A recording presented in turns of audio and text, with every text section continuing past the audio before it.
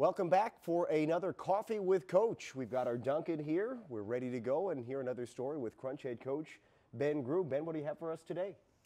Well, got a story of my vacation, summer vacation. I spent a lot of times in Europe every year. I played in Europe back then, and I really fell in love with Europe, France, and Spain and Portugal and all that. So every year I try to spend some time in Europe. And last summer I ended up with a group of friends for a month in Portugal, just outside Lisbon. And so we're enjoying life, and many of them cigar smokers. So one night we tell ourselves that the group was going to split out, and some people would go out for dinner on their own, and our group would go dinner and cigar lounge, but we would all meet after at there's a rooftop downtown Lisbon, and for a drink later on. So the night's going, like we have a nice dinner, and we're going to that place downtown, Cigar Lounge. And for those who don't know Lisbon, there's many hills. Okay. Like when you walk, and we decided that night, said, you know what, it's let's go for a walk. And it's not that far, but not that far. All of a sudden, it's getting hot. It's warm outside, and we're walking a lot, and we're like, oh boy, it's we're soaking wet, and we're like, it's no fun anymore. Let's call an Uber. So we call an Uber, a $5 Uber. We're that far away, but it was enough for us. Two blocks, bam, done. Yeah. So we get to the bar, and the elevator is right there. It's an old elevator, and they're missing two people, my buddy and I, in the elevator to go up, or you take the stairs and you go 7th floor up. And so my buddy's like, you know what? I don't feel it. Let's walk. I said, listen, I'm soaking wet right now.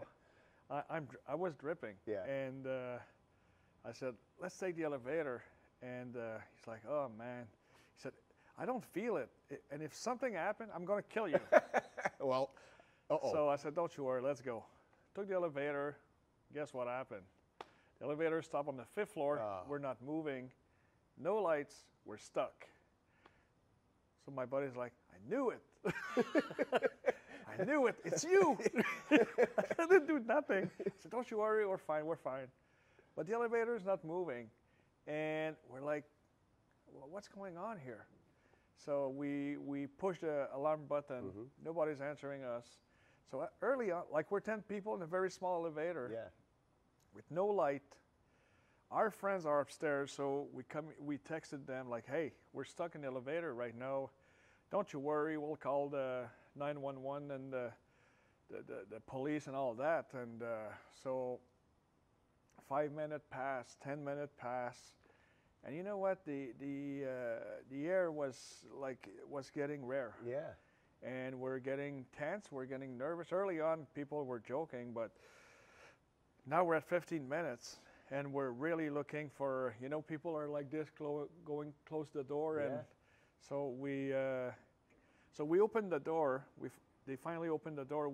We could breathe, but one guy in the back was uncomfortable with us doing it because he was panicking, and he couldn't stop saying, "Stop doing it! The elevator is going to go down." So you're in the elevator. Well, obviously, I'm a hockey coach. I don't know anything about it, and I'm like, maybe he's right. So. Like you don't know what you're doing. Like we've been stuck for 15, 20 minutes now. We struggle at breathing. Like some people are crying in the elevator. So, and at one point, to be honest, like I'm telling this as a fun story right now, but I was like, I can't believe it's going to stop here. Yeah. Like I'm in this elevator, we have no help, and it's black and nothing's moving, and so it was a very bad moment. Yeah. Very bad moment for, especially like in between, like we got stuck for 35 minutes. That's a long time.